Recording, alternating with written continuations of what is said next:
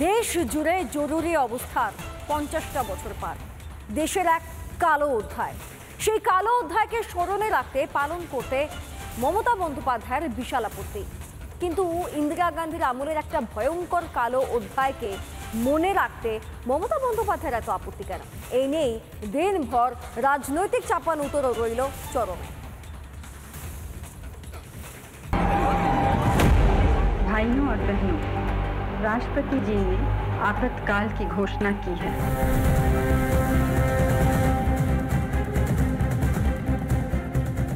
Emergency হত্যা দিবস করতে পারত, সেটা না করে সংবিধান হত্যা দিবস করছে, এটা আমার আপত্তি আছে। পশ্চিমবঙ্গে জরুরি অবস্থার মতোই পরিস্থিতি চলছে, এখানেও সংবিধান প্রতিদিন হত্যা হচ্ছে। দেশের জরুরি অবস্থার 50 বছর পূর্তিতে বুধবার সংবিধান হত্যা দিবস পালন করল বিজেপি।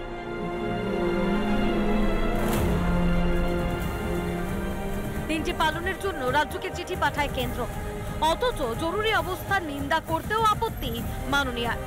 ভারতের গণতন্ত্রের একটি কালো অধ্যায়, যে সময় কেড়ে নেওয়া হয় সংবাদপত্রের স্বাধীনতা। গণতন্ত্রের টুটি চেপে ধরেছিল কংগ্রেস। সংবিধানকে হত্যা করে দেশ জুড়ে জারি করা হয় জরুরি অবস্থা।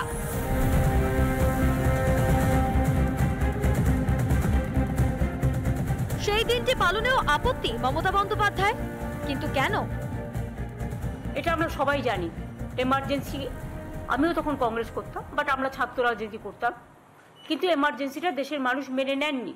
কিন্তু যাই হোক, সেখানে এমার্জেন্সি হত্যা দিবস করতে পারত, সেটা না করে সংবিধান হত্যা দিবস করছে, এটা আমার আপত্তি আছে।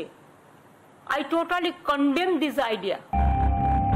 দেশে আদৌ গণতন্ত্র আছে কিনা তা নিয়েও প্রশ্ন তোলেন মুখ্যমন্ত্রী। দেশ নিয়ে প্রশ্ন তুলেছেন মমতা বন্দ্যোপাধ্যায়। কিন্তু তৃণমূলের আমলে রাজ্যে কি গণতন্ত্র আছে? আমি মাটি দেওয়ার পরে যখন আমি তাদেরকে দেয় কি বউ আমার জানে সহ্য হবে না।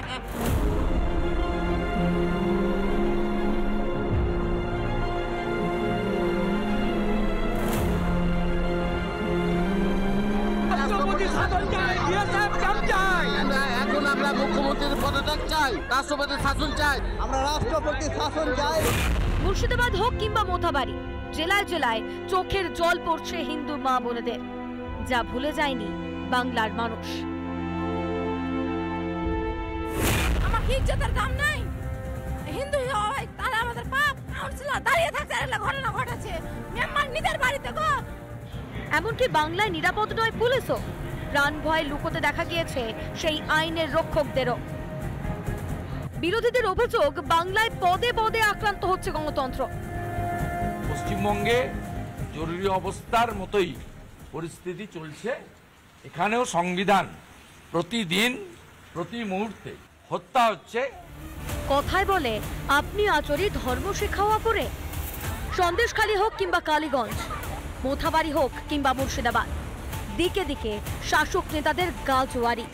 রাজ্যে পড়ে পড়ে মার খাচ্ছে হিন্দুরা, মহিলাদের আব্রু রাজ্যে ভুলুণ্ঠিত। তাহলে মমতা বন্দ্যোপাধ্যায়ের কাছে এগুলোই কি গণতন্ত্রের নমুনা?